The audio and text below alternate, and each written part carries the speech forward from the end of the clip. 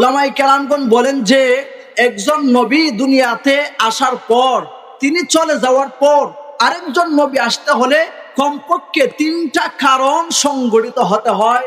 কমপক্ষে 3টা কারণের প্রয়োজন হয়। 3 কারণের যে কোনো এক কারণ সংঘটিত হইলে নবী আসে, আর না হয় নবী আসার কোনো প্রয়োজন নাই।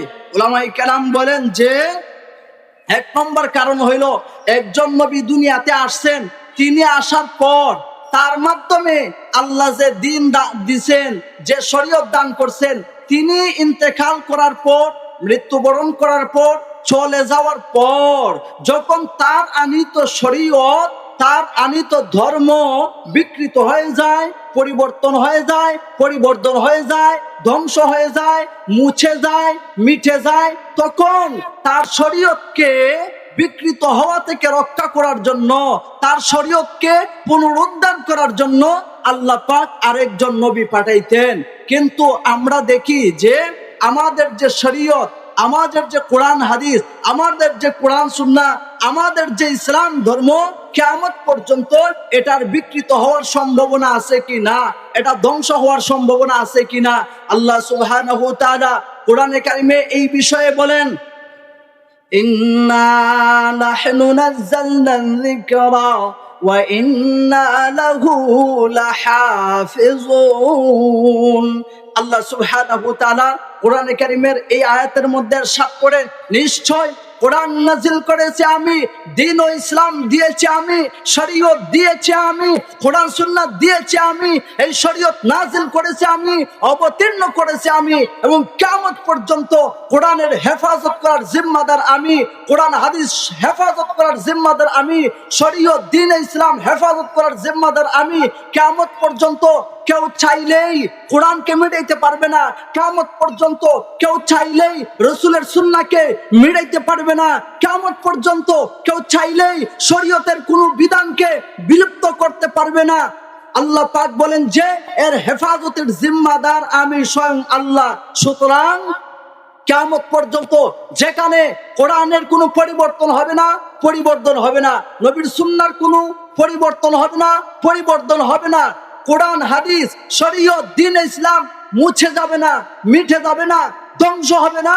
সুতরাং কিয়ামত পর্যন্ত নবী আসার যে প্রয়োজনীয়তা, কোরআন সুন্নাহকে, শরীয়তকে এক নবী যাওয়ার পর আবার পুনরুদ্ধার করার যে প্রয়োজন, কিয়ামত পর্যন্ত এটা আর সংগঠিত হবে না। সুতরাং কিয়ামত পর্যন্ত নতুন কোন নবী আসার কোনো প্রয়োজনই থাকলো না। তাহলে আমরা এখান থেকে বুঝতে পারলাম যে নবী আসার যে প্রয়োজন, যেই কারণে আল্লাহ পাক নবী পাঠাইতেন, সেই কারণটা কিয়ামত পর্যন্ত আর সংগঠিত হবে না। 2 নম্বর কারণ, নবী কোন কারণে দুনিয়াতে আসতেন। একজন নবী আসছেন, তিনি আসার পর, তিনি যখন চলে গেছেন, তার মাধ্যমে যখন দ্বীন ইসলাম পূর্ণাঙ্গ হয় নাই। দেখেন, আমাদের ইসলাম ধর্মের সূচনা হয়েছে বাবা আদম আলাইহিস সালামের মাধ্যমে। হযরত আদম আলাইহিস সালামের মাধ্যমে দ্বীন ইসলামের বীজ বপন করা হয়েছে। এই দ্বীন ইসলামকে পূর্ণাঙ্গ করার জন্য আল্লাহ সুবহানাহু ওয়া তাআলা ধাপে ধাপে, সময়ে সময়ে সোয়া লক্ষ পয়গম্বর প্রেরণ করেছেন। হযরত আদম আলাইহিস সালাম বিদায় হয়ে গেছেন, এরপরে নবী নূহ আলাইহিস সালাম এসেছেন, তিনিও চলে গেছেন, ইসলাম পূর্ণাঙ্গ হয় নাই। হযরত ইব্রাহিম আলাইহিস সালাম আসছেন, তিনি চলে গেছেন, ইসলাম পূর্ণাঙ্গ হয় নাই। হযরত মূসা আলাইহিস সালাম আসছেন, তিনি চলে গেছেন, ইসলাম পূর্ণাঙ্গ হয় নাই। হযরত ঈসা আলাইহিস সালাম আসছেন, তিনি চলে গেছেন, ইসলাম পূর্ণাঙ্গ হয় নাই। আল্লাহ সুবহানাহু ওয়া তাআলা ইসলামকে পূর্ণাঙ্গ করার জন্য আমাদের নবী হযরত মুহাম্মদুর রাসূলুল্লাহ সাল্লাল্লাহু আলাইহি ওয়াসাল্লামকে প্রেরণ করেছেন, এবং আল্লাহ পাক তার হাবিব মুহাম্মদুর রাসূলুল্লাহ সাল্লাল্লাহু আলাইহি ওয়াসাল্লামের মাধ্যমে দ্বীন ইসলামের বিশ্বব্যাপী প্রসার করিয়েছেন, এবং তার মাধ্যমে দ্বীন ইসলামকে পরিপূর্ণ করিয়েছেন। তার প্রমাণ কোরআনে কারিমে আল্লাহ সুবহানাহু ওয়া তাআলা বলেছেন, আল ইয়াউমা আকমালতু লাকুম দীনাকুম ওয়া আতমামতু আলাইকুম নি'মাতি ওয়া রাদিতু লাকুমুল ইসলাম আদ-দীনা।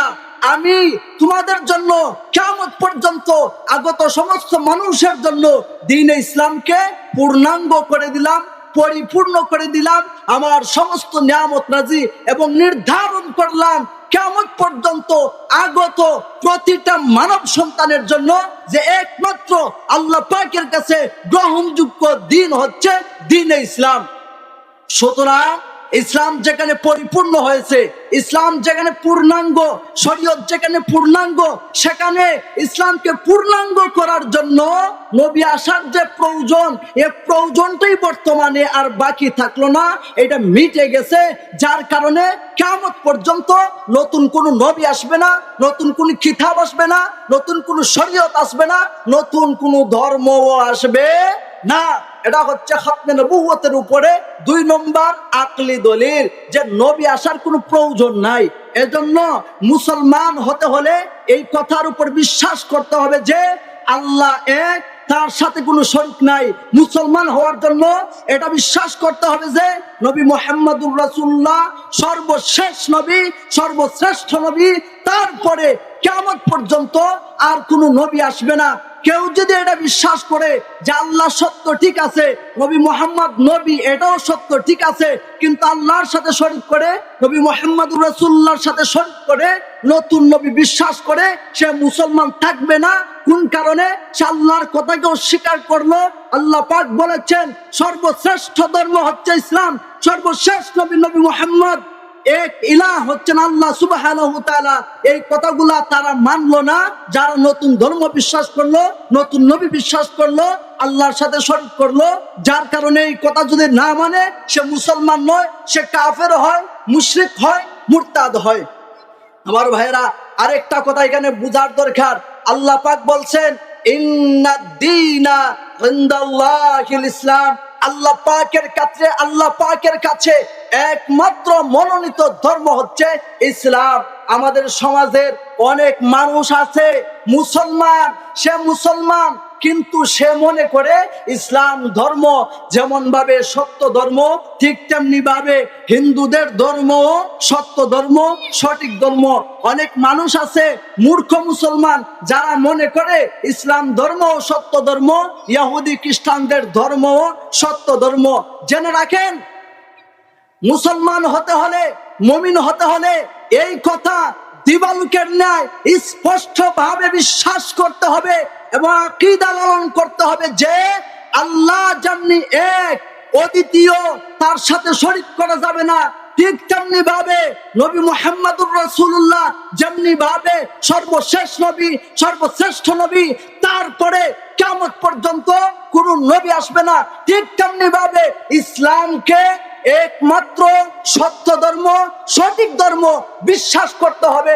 কেউ যদি মনে করে ইসলাম ধর্ম সঠিক, হিন্দু ধর্ম সঠিক, ইহুদি খ্রিস্টানদের ধর্ম সঠিক, তাহলে সে মুসলমান নয়, বরং সে তার ঈমান চলে যায়, সে কাফের হয়, মুশরিক হয়, মুরতাদ হয়। মুমিন হতে হলে এই কথার উপর দৃঢ় বিশ্বাস আর ইয়াকিন রাখতে হবে যে একমাত্র আল্লাহ পাকের কাছে সেরা ধর্ম, সর্বশ্রেষ্ঠ ধর্ম, মনোনীত ধর্ম হচ্ছে ইসলাম।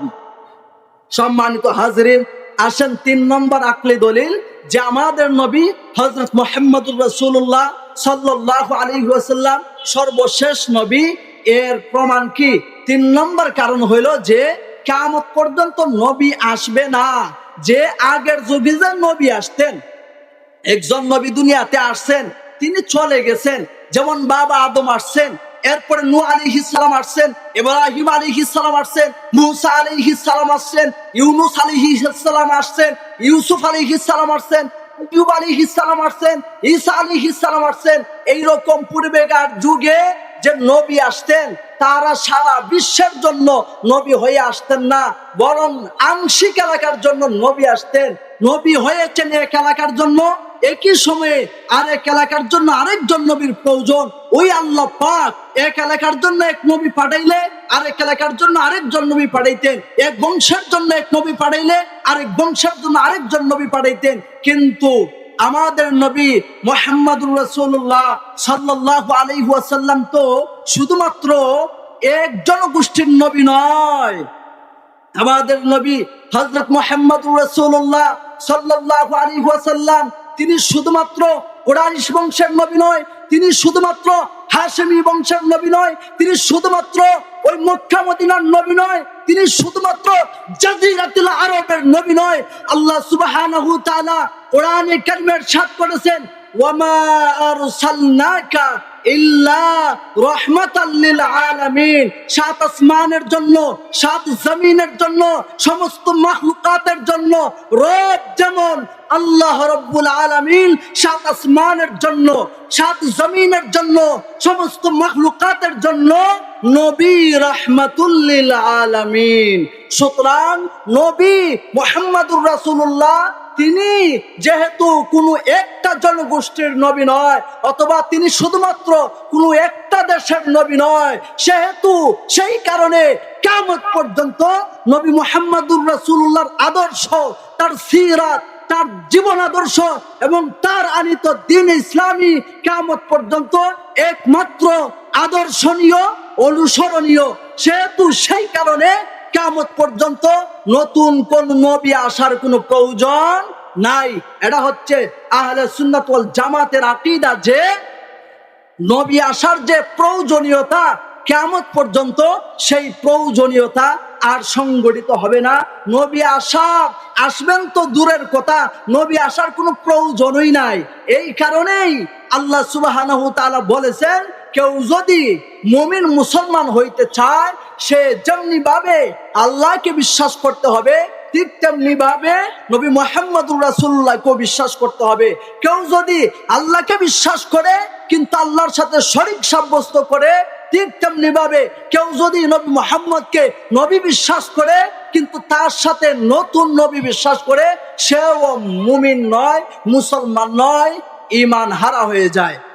এই কথাগুলা বললাম এই কারণে যে বর্তমান সময়ে কয়েকটা দেশের মধ্যে কিছু সংখ্যক মানুষ আছে যারা আমাদের দ্বীন ইসলামকে একমাত্র ধর্ম মনে করে না, যারা আমাদের কোরআন, আল্লাহ পাকের কিতাব কোরআন মাজিদকে অনুসরণ করে না, যারা আমাদের নবী মুহাম্মদুর রাসূলুল্লাহকে নবী হিসাবে, সর্বশেষ নবী হিসাবে বিশ্বাস করে না। তাদের পরিচয় হইল বাংলাদেশে তারা কাদিয়ানি নামে বসবাস করে। এই কাদিয়ানি সম্প্রদায়, এরা মুসলমান নিজেদেরকে দাবি করে কিন্তু আসলে তারা মুসলমান নয়। তারা আমাদের কিতাব কোরআন শরীফকে অনুসরণ করে না। তারা আমাদের নবী মুহাম্মদুর রাসূলুল্লাহকে সর্বশেষ নবী বিশ্বাস করে না। আমাদের ধর্ম ইসলাম ধর্মের অনুসরণ করে না, কিন্তু নিজেকে তারা নবী দাবি করে। কথা হইল, তুমি হিন্দু হিসাবে সমাজে বসবাস করো, কোনো সমস্যা নাই। ইহুদি খ্রিস্টানের পরিচয়ে বসবাস করো, কোনো সমস্যা নাই। কিন্তু এরা মুসলমান নয়, ইসলাম মানে না, কোরআন মানে না, আমাদের নবীকে বিশ্বাস করে না, আবার নিজেদেরকে মুসলমান দাবি করে। এই মুসলমান দাবি করার মাধ্যমে তারা আমাদের সমাজের সরল মনা মুসলমান, যাদের কোরআন হাদিসের জ্ঞান নাই, যারা শরীয়ত বোঝে না, যাদের অক্ষর জ্ঞান নাই, যাদের কাছে কোরআন হাদিসের গভীর জ্ঞান নাই, তাদেরকে আইসা ধোঁকা দেওয়ার, প্রতারণার ফাঁদে ফেলে ইসলাম থেকে বের করে, ইসলাম থেকে নিয়ে খ্রিস্টান মিশনারিদের নামে তারা এনজিওদের দলের মধ্যে অন্তর্ভুক্ত করে, তারা কাদিয়ানের ধর্মের মধ্যে যাইয়া অন্তর্ভুক্ত করে। সেই কারণে আমাদের সমাজের বিশেষ করে প্রত্যন্ত গ্রাম অঞ্চলে এরা এই কাজ করে। গরিব মুসলমানদেরকে টাকা দিয়া, পয়সা দিয়া, এরা বিভিন্ন লোক এবং সুযোগ সুবিধা দিয়ে মুসলমানদের ইমানকে কেড়ে নেওয়ার চেষ্টা করে, মুসলমানদেরকে ইমান হারা করার চেষ্টা করে এবং অন্য ধর্মের মধ্যে নিয়ে যায়। আমরা আমাদের সমাজের আপামর তাওহীদি জনতা, যারা সরল মোরা মুসলমান, যাদের শরীয়তের জ্ঞান নাই, তাদেরকে হুঁশিয়ার করতে চাই, তাদেরকে আমরা সতর্ক করতে চাই যে আপনারা উলামায়ে কেরামদের সাথে থাকবেন, কোরআন সুন্নাহর সাথে থাকবেন। যারা নতুন কোন নবীর দাওয়াত দিবে, নতুন কোন ধর্মের দাওয়াত দিবে, যত রকম যুক্তি দেখ না কেন, কখনো তাদের ফাঁদে পা দেবেন না। একমাত্র ইসলামই সঠিক ধর্ম, একমাত্র কোরআনই সর্বশেষ কিতাব, একমাত্র নবী মুহাম্মদুর রাসূলুল্লাহ সর্বশেষ নবী। এইটা কিয়ামত পর্যন্ত, অর্থাৎ মরার আগ পর্যন্ত নিজের মধ্যে বিশ্বাস, ইয়াকিন পয়দা করবেন। আল্লাহ সুবহানাহু ওয়া তাআলা যে কথাগুলা বললাম, এগুলোর উপর আমল করার তৌফিক দান করুন।